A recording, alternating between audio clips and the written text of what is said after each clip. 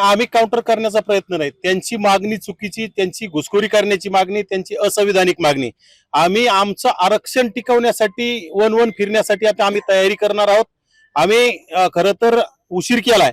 आतापर्यंत आम्ही आणखी हा मोठा लढा तयार करायला पाहिजे होता, कारण की जो माणूस स्वतःच्या हट्टापायी जर राज्य सरकारचा विचार करत नाही, या 18 पगड जातीचा विचार करत नाही, या गावगाड्याचा विचार करत नाही, तुम्ही फक्त मला पाहिजे ते पाहिजे बाल हट्ट करायचा आणि कुठलीही गोष्ट मी मागल ती मला मिळालीच पाहिजे, अशी जर भूमिका, आडमोठी भूमिका घेऊन जर मुंबईला कोणी जात असेल तर आम्हाला सुद्धा जशास तसं उत्तर द्यायला, त्याचा काहीतरी आम्हाला प्रति आंदोलन करण्यासाठी सुद्धा आम्हाला अधिकार आहे. आणि राज्य सरकार जर अशा बेजबाबदार वक्तव्य करणाऱ्या आणि राज्य सरकार जर अशा बेजबाबदार आंदोलकाच्या जर मागण्या पूर्ण करत असेल, झुंडशाहीला जर बळी पडून जर कुठतरी त्यांच्या मागण्या पूर्ण करण्याचा प्रयत्न करत असेल, तर आम्हाला राज्य सरकारला सुद्धा आम्ही इशारा देण्यासाठी नक्कीच आजच्या बैठकीतून तोडगा काढून काय करायचं ते आम्हाला ठरवावं लागेल. कारण की राज्य सरकार आम्ही बघतोय गेल्या 2 वर्षापासून झुंडीला बळी पडून चुकीचे निर्णय घेण्याचं सुद्धा काम करतंय.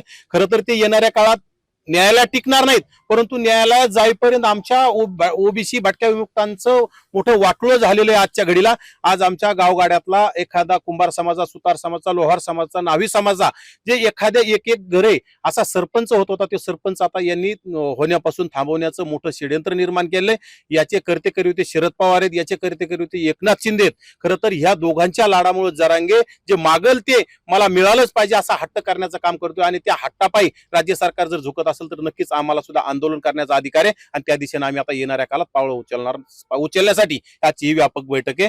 ही खरं तरी व्यापक म्हणता येणार नाही, ही प्रमुख आमच्या समन्वयकांची बैठक आहे. ही बीड जिल्ह्यातीलच समन्वयकांची बैठक आहे. येणाऱ्या काळात याचं स्वरूप प्रचंड असणार आहे आणि येणाऱ्या काळात राज्य सरकारला ते पाहायला मिळेल. आणि राज्य सरकारने जर या चुकीच्या मागण्या मान्य केल्या तर राज्य सरकारला परवडणार नसणार आहे. देखील करण्यात आलं, काय सांगाल तुम्ही देखील त्यावर भाष्य केलं? आता खरं तर काल हाके सरांनी या देशाचे सर्वोच्च आमचे ओबीसीचे नेते नामदार छगनरावजी भुजबळ साहेबांशी फोन करून त्याच्यावर प्रतिक्रिया दिली. आणि तसं तर प्रसार माध्यमावर आम्ही दोघं सुद्धा सोबत आलोत आणि भुजबळ साहेबांनी सुद्धा तो विषय संपवा म्हणून सांगितलं आम्हाला सर्वांना. कारण की आम्ही भुजबळ साहेबांचे कार्यकर्ते आहोत, मुंडे साहेबांचे आहोत, आम्ही वडेट्टीवारांचे कार्यकर्ते आहोत, आम्ही सर्व हे बाळासाहेब आंबेडकरांचे सगळ्यांचे कार्यकर्ते आहोत.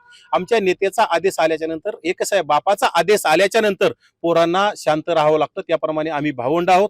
आमच्यात कुठं मतभेद जरी असले तरी आमचे मनभेद नव्हते. काही एखाद्या व्हिडिओमुळे जर कुठेतरी वाद निर्माण होता, परंतु त्यातून आम्हाला आमचा शत्रू मोठा आहे याचं आम्हाला जबाबदारीचं भान ठेवून कुठेतरी आम्हाला आमचे भावाचे भांडणं आमच्या घरातली घरात मिटवावं लागत असतात.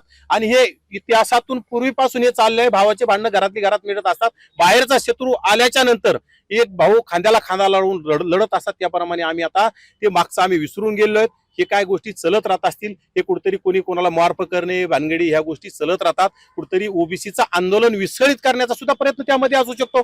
परंतु त्याच्या पुढचं पाऊल टाकून आता ओबीसीसाठी आपण काय केलं पाहिजे, ओबीसीचं आरक्षणामध्ये घुसखोरी झाली हे या लोकांना बाहेर कसं काढलं पाहिजे आणि ओबीसीचं आरक्षण कसं वाचवलं पाहिजे, यासाठी आता हे प्रयत्न सुरू आहेत. आणि येणाऱ्या काळात आम्ही सातत्यानं एकत्र खांद्याला खांदा लावून प्रयत्न करणार आहोत.